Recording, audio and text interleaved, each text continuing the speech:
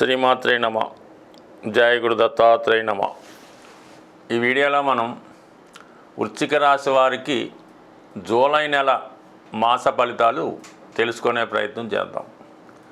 ఏదైనా ఒక రాశి వారికి ఆ నెల అనుకూలంగా ఉండాలంటే కొన్ని ధనయోగాలు కానీ రాజయోగాలు కానీ ఏర్పడాలి. అలాగే రాస్యాధిపతిగా ఉన్నటువంటి గ్రహం బలవంతుడై ఉండాలి. అంటే ఏదో ఒక యోగంలో ఉండాలన్నమాట. అప్పుడు మాత్రమే జాతకుడికి విజయ అవకాశాలు బాగా పెరుగుతూ ఉంటాయి.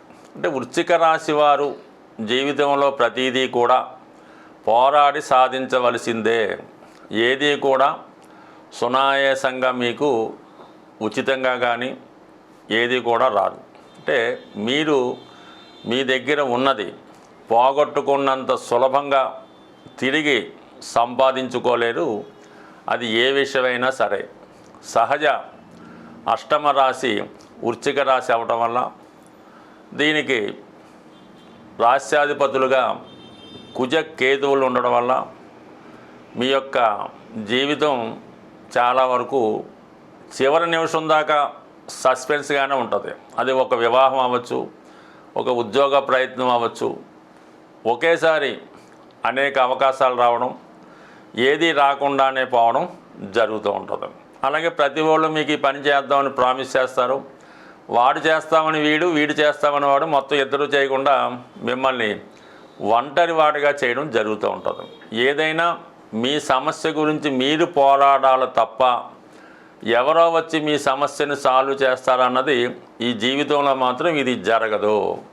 ప్రస్తుతం ఏర్పడినటువంటి గ్రహస్థితి రాస్యాధిపతి కుజుడు దశమ స్థానంలో మిత్రక్షేత్రంలో ఉంటూ, అలాగే ఈ రాశికి మరొక అధిపతి అయినటువంటి కేతువు కూడా దశమ స్థానంలో సంచరించడం జరుగుతుంది. అంటే ఇప్పుడు అత్యంత బలంగా ఈ రెండు గ్రహాలు, ముఖ్యంగా కుజుడు దిగ్బలుడై ఉండడం వల్ల, అది మిత్రక్షేత్రంలో అవడం వల్ల మీలో ఉన్నటువంటి విజయ అవకాశాలు, పోరాట ప్రతిమ 100% సక్సెస్ అవుతుంది. ఏదైనా ఒక మాట మీద నిలబడి మీరు అనుకున్న కార్యక్రమాలు ఖచ్చితంగా సాధించగలరు. వృత్తిపరమైనటువంటి విజయ అవకాశాలు చాలా బలంగా ఉంటాయి. అలాగే మీలో ఉన్నటువంటి సామర్థ్యం పెరుగుతుంది. కొంతమందికి ఏదైనా అనారోగ్యపరమైన సమస్యలున్నా, ఆర్థికపరమైన సమస్యలున్నా అవి ఈ నెలలో పరిష్కారం అవ్వడం జరుగుతూ ఉంటుంది. అంటే దశమంలో ఉన్నటువంటి కుజుడు చతుర్థ దృష్టితో ఈ వృశ్చిక రాశిని వీక్షించడం జరుగుతూ ఉంటుంది. మరి ఆ కారణం వల్ల మీరు చాలా ధైర్యంగా పోరాడి జీవితంలో అనుకున్నది సాధించే అవకాశాలు చాలా బలంగా ఉన్నాయి. ఇది ఒక యోగం ఈ రాశి వారికి. దాని తర్వాత సప్తమ స్థానంలో శుక్రుడు స్వక్షేత్రగతుడై మాలవ్య మహాపురుష యోగం అనే అద్భుత యోగం ఏర్పడడం జరిగింది. దీనివల్ల ఏంటంటే మీ యొక్క జీవిత భాగస్వామి యొక్క సామర్థ్యం పెరుగుతుంది. అలాగే వ్యక్తిగతంగా మీకు మీ భార్య గారికి ఉన్నటువంటి సమస్యలు పరిష్కారం అవడం కానీ, అలాగే ఆర్థిక పరంగా ఉన్నటువంటి సమస్యలు పరిష్కారం అవుతాయి. అంటే మీలో చాలా స్టామినా పెరుగుతూ ఉంటుంది. అంటే అటు కుజుడు దశమ స్థానంలోకి రావడం, మరి సప్తమంలో ఉన్నటువంటి శుక్రుడు అనుకుంటాం కానీ శుక్రుడు సాక్షాత్తు పరశురామ అవతారం లాంటిది. మీకు ఎటువంటి దుఃఖాన్ని ఉన్నా దాన్ని 100% పారద్రోలడానికి, మీరు ధైర్యంగా నిలబడడానికి కారణమవుతుంది. కాబట్టి ఈ సమయంలో మీకు ఎటువంటి దుఃఖం, బాధలు, కష్టాలు ఉన్నా అవన్నీ కూడా మరి ఆ శుక్ర భగవానుడి దయతో పరిష్కారం అవుతాయి.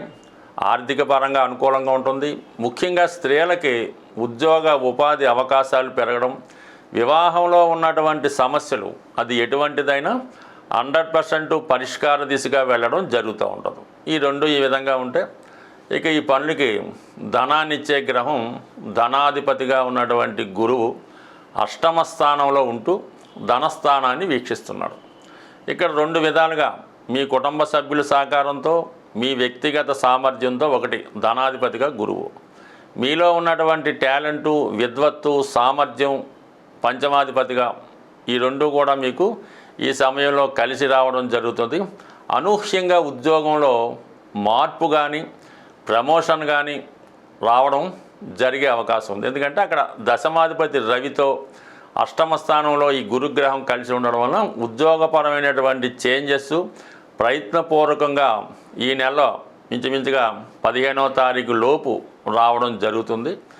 దాని తర్వాత మళ్ళా ఈ రవిగ్రహం భాగ్యస్థానంలోకి మారుతూ అక్కడ ఉన్నటువంటి బుధగ్రహంతో కలిసి ఒక విధమైనటువంటి బుధాదిత్య యోగం, అలాగే ఈ రాశి వారికి ఎస్పెషల్లీ నిపుణ యోగం అనే యోగం ఏర్పడుతుంది. సో ఏదైనా అటు దశమాధిపతి, అటు లాభాధిపతి, ఈ అష్టమాధిపతి కలడం వల్ల అనూహ్యంగా ఒక అదృష్ట వార్త మీరు వింటారు. అలాగే చాలా కాలంగా విదేశంలో వెళ్ళాలనే మీ ఆలోచన కానీ, దూర ప్రాంతంలో ఉన్నటువంటి పుణ్యక్షేత్రం దర్శించాలనే మీ యొక్క అభిలాష కానీ చాలా వరకు నెరవేరే అవకాశం ఉన్నది. అయితే 4వ స్థానంలో ఉన్నటువంటి రాహు చాలా వరకు మిమ్మల్ని మానసిక అశాంతికి కారణమవుతుంది. గృహంలో ఉన్నటువంటి వ్యక్తులు, అంటే మీ కుటుంబంలో ఉన్నటువంటి వ్యక్తులు, పేరెంట్స్ అవ్వచ్చు, వేరే వాళ్ళు అవ్వచ్చు, అత్తమామలు అవ్వచ్చు, ఇవన్నీ క్లమ్జీగా మిమ్మల్ని కన్ఫ్యూజ్ చేయడం జరుగుతూ ఉంటుంది. ఈ కారణం వల్ల ఒక నిర్ణయానికి రాలేకపోతుంటారు. అలాగే ఏ ఆలోచన తలపెట్టినా అది డిస్టర్బ్డ్గా మారడం జరుగుతుంటుంది. కాబట్టి చాలా వరకు మీరు దృఢ సంకల్పంతో ఇతరుల మాటలు వినకుండా మీకు ఏది, ఎందుకంటే ఇతరులు మీకు ఎప్పుడు సహాయం చేయరు, ఊరికే చెడగొట్టడం తప్ప. దాన్ని బట్టి మీకు ఏది కరెక్ట్ అనిపిస్తే ఆ వేలో వెళ్ళటం వల్ల సంపూర్ణ విజయం సాధిస్తారు. గతంలో చెప్పినట్టే ఎట్టి పరిస్థితుల్లో కూడా ఈజీ మనీ, స్పెక్యులేషను, పేకాట జోలికి వెళ్లకుండా ఉంటే మిగతా గ్రహాలన్నీ మీకు అనుకూలంగా ఉండడం జరుగుతున్నాయి. స్వస్తి. ప్రతి ఒక్కరికి కూడా ధనం అన్నది చాలా ఇంపార్టెంటు. ఆ ధనం ప్రతి వాళ్ళు సంపాదిస్తూ ఉంటారు. అయితే వచ్చిన ఆదాయం కన్నా ఎక్కువ ఖర్చు అవ్వడం వల్ల రుణగ్రస్తులు అవ్వడం జరుగుతూ ఉంటుంది. ఆ కారణం వల్ల చాలామంది ఆర్థిక పరమైన ఇబ్బందులు కలుగుతూ ఉంటాయి. ఇప్పుడు మీకు ధనాన్ని కూడబెట్టడానికి, అంటే ధనం సంపాదించడం అందరికీ తెలుస్తుంది, అది దాచుకోవడం, అలాగే మీ అవసరానికన్నా ఎక్కువ ధనం రావడానికి ఒక పరిష్కారం అన్నది మీకు తెలియజేయడం జరుగుతూ ఉంటుంది. అది సింపుల్గానే ఉండడం జరుగుతూ ఉంటుంది. అయితే ఇది నమ్మకంతో చేయవలసి ఉంటుంది. ముఖ్యంగా ధనాన్ని కూడబెట్టడంలో ఈ చీమలు చాలా ఇంపార్టెంట్ మాట. అవి ఏం చేస్తాయంటే ఎక్కడన్నా ఆహారం దొరికితే మొత్తం అంతా ఒక చోట దాచుకుని, ఎందుకంటే వర్షాలు వచ్చినప్పుడు దానికి పనిచేస్తుందని. కాబట్టి మీరు చీమలకి ఆహారం వేయవలసి ఉంటుంది. ముఖ్యంగా అంటే శాస్త్రాల్లో చెప్పిన ప్రకారం ఏం చెప్పారంటే తమలపాకు తీసుకొని దాని మీద ఒక నెయ్యి, అంటే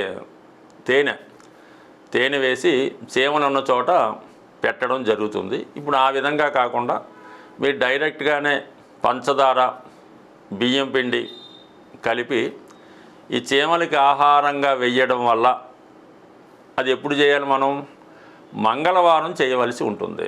అంటే కుజుడు సంబంధించిన వారం అవటం వల్ల అది ఆ మంగళవారం రోజు ఈ చీమలకి ఆహారంగా వేయడం వల్ల కంపల్సరీగా మీకు ఈ ధనం పోగవుతుందన్నమాట. సేవింగ్స్ అవుతాయి, ఖర్చులు తగ్గుతాయి. అలాగే మీరు ఒక కొబ్బరికాయ, అంటే బాగా, అంటే మనం సోమయ్యప్పకి వెళ్ళినప్పుడు ఇరుముడిలో వేసినటువంటి కొబ్బరికాయ, కురిటి కొబ్బరికాయ అంటారు.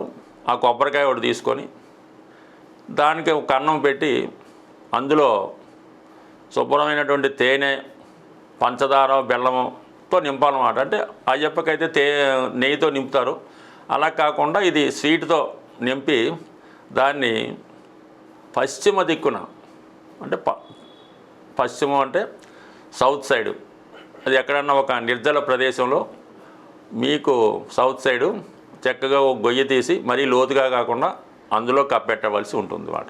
దానివల్ల కూడా అది తర్వాత చీమలకి ఆహారంగా మారడం జరుగుతూ ఉంటుంది. సో ఈ 2 కార్యక్రమాలు చేయటం అంటే చాలా వరకు ఇది కష్టంగానే అనిపిస్తూ ఉంటుంది.